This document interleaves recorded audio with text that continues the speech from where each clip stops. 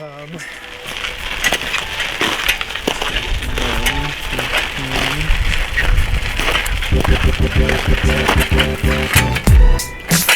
it going, guys? I'm cutting so off your head.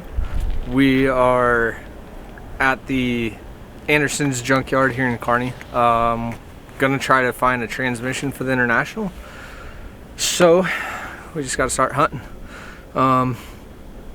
We're looking for a 4L60E. Usually they're in quite a bit of vehicles, to be honest.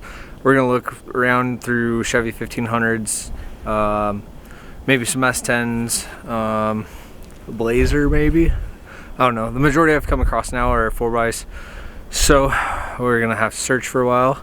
So come with us.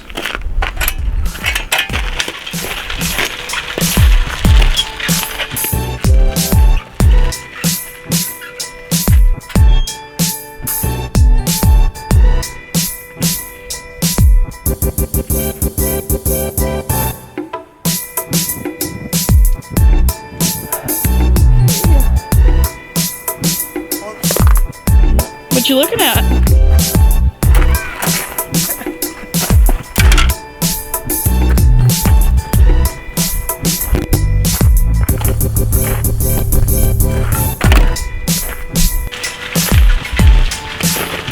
How's the search going? Well, we might have found one, but I don't know. It looks like it might have some issues, so we're gonna keep searching. So, I think we found a trans that we're looking for. It's the S10 here. So what I'm looking for is when you're up underneath here. You probably can't see, but right up here on the passenger side of the transmission, it will say 4L60E, and that's kind of one way you know that you got one there, but she doesn't look too abused. I don't know what's up with these little drains. They're on every single one that I've seen, which is very odd.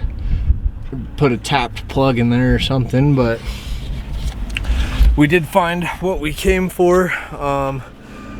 It's gonna take a little bit to pull this.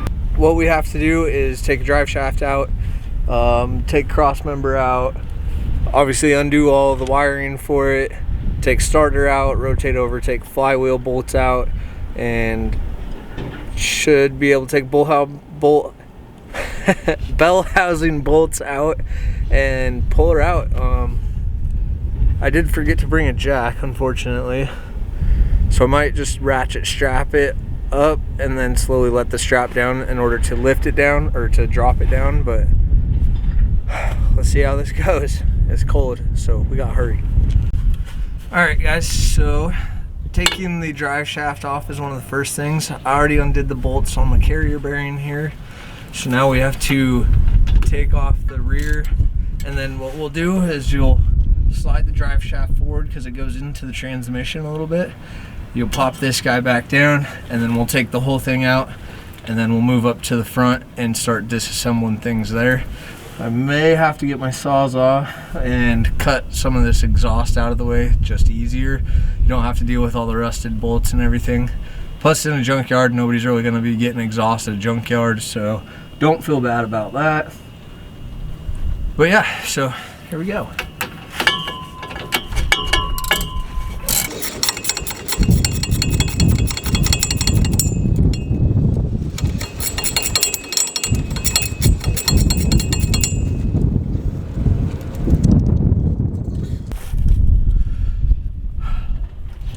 Everybody's doing good out there, staying warm and safe and loving life. Well, we got one bolt out.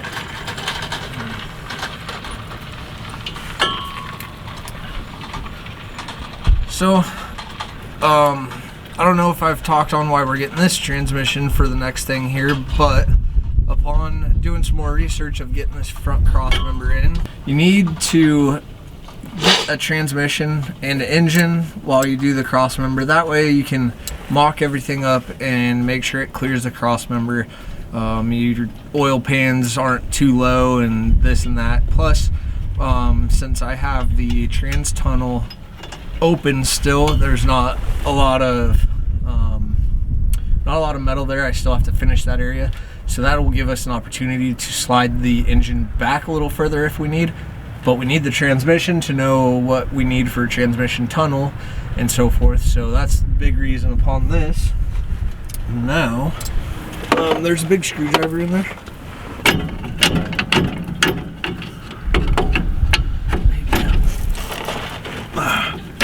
There we go.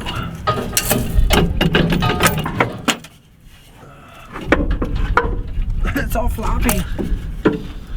All right, that's out there. And just like that, no more drift shaft. Now we'll work our way up here to the front and start disassembling things for the transmission. Hopefully we don't drop it on ourselves, but we'll see. Stay tuned.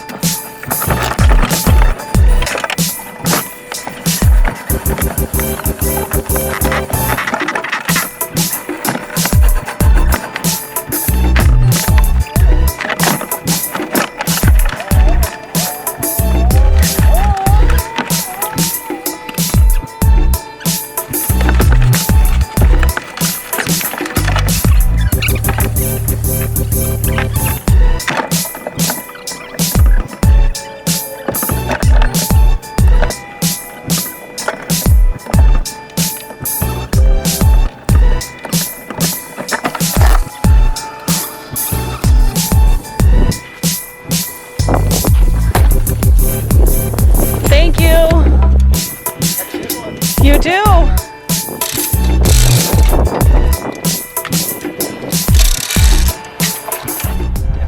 So we finally got it out. Took a lot longer than expected, of course, but I also went the easier route in taking the whole engine, because getting up here to the top belt housing bolts is kind of difficult underneath the vehicle. We'd have to get a couple different extensions and swivels, and I didn't come very much prepared, so ta-da. But in order to get this, most of this stuff nobody's ever going to use as far as hose and everything like that. So take out the engine mounts here onto the side. The other side, you had to take the mount off of the chassis, and then cut everything that you need. You have the one mount back here for the transmission, and then just fuel lines and all that as well too.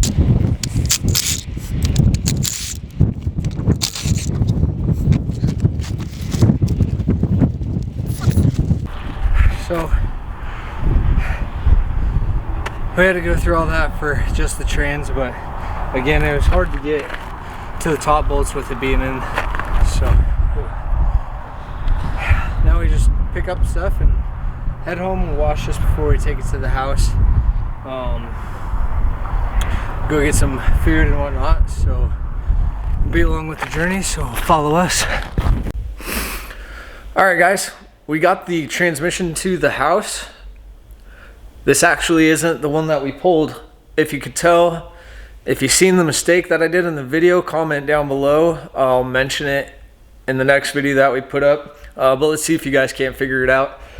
But all in all, we have the 6.0 4L60E. It'll be great for mock-up even if the trans doesn't work, or we could rebuild it, so on and so forth.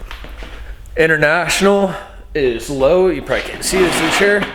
I have it lowered. It's sitting on the straight axle up front, and then the rear is just sitting on the rear axle as well too.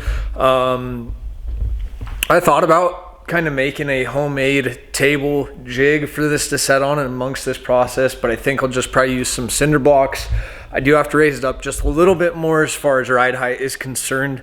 We'll get into that in the next video here, but I appreciate you guys staying through.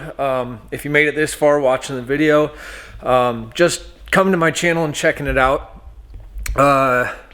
This is fun for me. This is super interesting. It keeps me busy, gives me something to do, and I get to practice on all these skills and stuff.